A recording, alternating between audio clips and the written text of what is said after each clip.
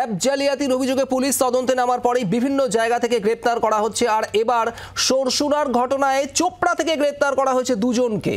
সরসুনা যে ঘটনা, সেখানে ৩১ জন পড়ুয়ার ট্যাবের টাকা গায়েব হয়ে গিয়েছিল, সেখানে দুর্নীতির অভিযোগ উঠেছিল এবং সেই ঘটনার তদন্তে নেমেই কলকাতা পুলিশ চোপড়া থেকে গ্রেপ্তার করেছে দুজনকে। ভবানন্দ সিংহ আমাদের প্রতিনিধি রয়েছেন আমাদের সঙ্গে। ভবানন্দ, ঠিক কি আপডেট?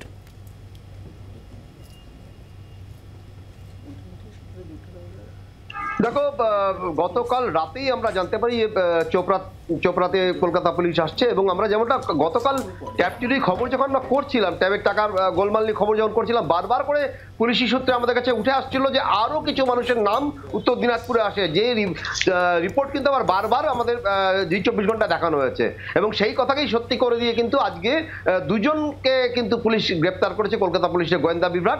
তারা বলছেন যে ডিজিটাল ট্র্যাকিং এর মাধ্যমে তারা এই দুজনকে বুঝতে পেরেছেন তারা চোপড়ার বাসিন্দা এবং চোপড়ার থানা পুলিশের সহযোগিতায় দুজনকে গ্রেপ্তার করা হয়েছে। তাদেরকে ইসলামপুর আদালতে আজকে তোলা হয়েছে এবং তাদেরকে ট্রানজিট রিমান্ডে কলকাতায় নিয়ে যাওয়ার পরিকল্পনা করেছে কলকাতা পুলিশ বলে আমরা পুলিশ সূত্রে জানতে পারছি।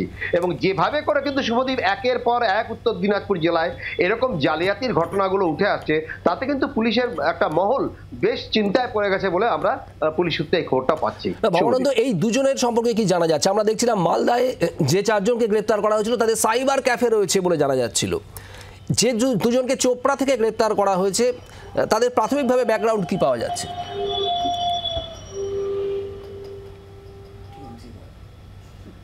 দেখো, প্রথমত তো এদের ব্যাকগ্রাউন্ড, এরা চা বাগিচা শ্রমিক, এরা কৃষি শ্রমিক, এটুকুই তাদের ব্যাকগ্রাউন্ডে পাওয়া যাচ্ছে। কিন্তু এদের একটা ব্যাকগ্রাউন্ড এরকমও পাওয়া যাচ্ছে যে তারা সাইবার ক্যাফের সঙ্গে যুক্ত ছিল কোন একটা সময়।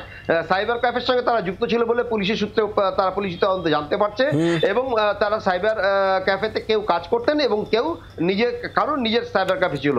এই তথ্য কিন্তু পুলিশের তথ্য উঠে আসছে, অর্থাৎ সাইবার ক্যাফের সঙ্গে সাইবার ক্রাইমের যে ব্যাপারগুলো আছে সেই ঘটনাগুলো এখানে জড়িয়ে আছে বলে পুলিশ কিন্তু মনে করছে। নজর রাখো ভবানন্দ, অর্থাৎ দুজনকে গ্রেপ্তার করা হয়েছে এখনো পর্যন্ত। কলকাতা পুলিশের গোয়েন্দা বিভাগ চোপড়া থেকে গ্রেপ্তার করেছে দুজনকে।